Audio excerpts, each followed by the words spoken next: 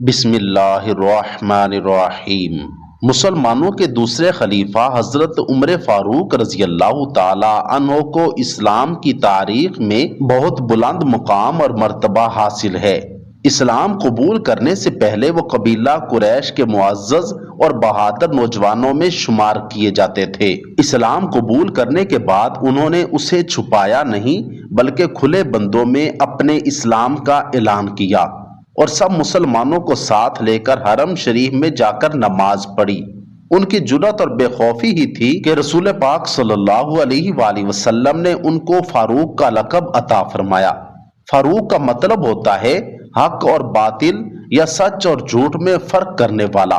تاریخ میں انہوں نے فاروق اعظم کے لقب سے شہرت پائی۔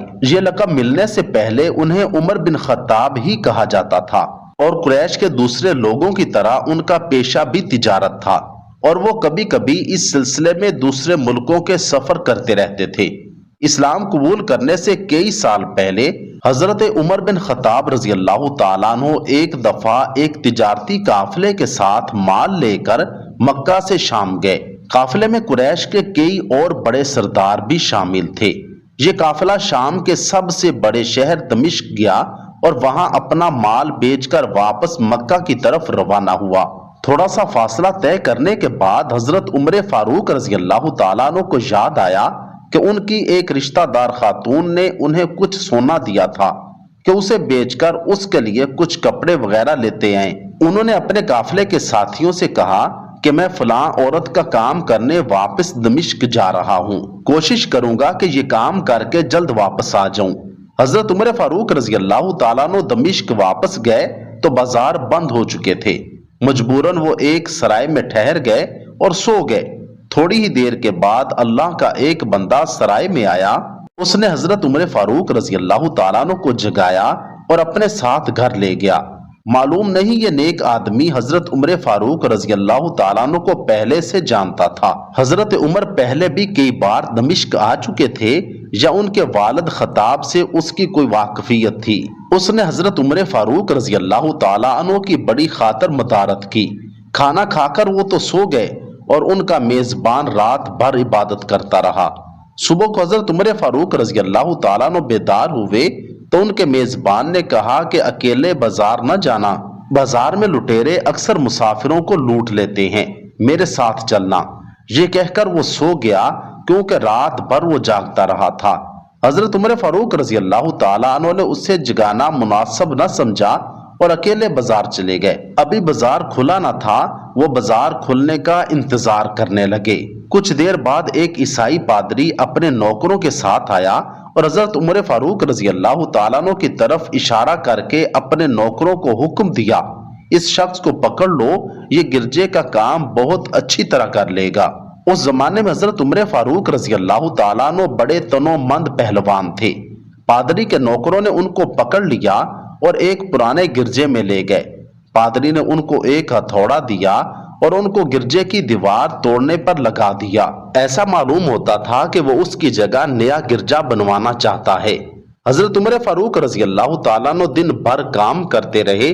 کہیں شام کو جا کر چھٹی ملی اور تھکے ہارے سرائے میں آ کر بیٹھ گئے۔ پہلے دن والا نیک آدمی پھر آیا اور ان سے پوچھا کہ آپ کدھر چلے گئے تھے؟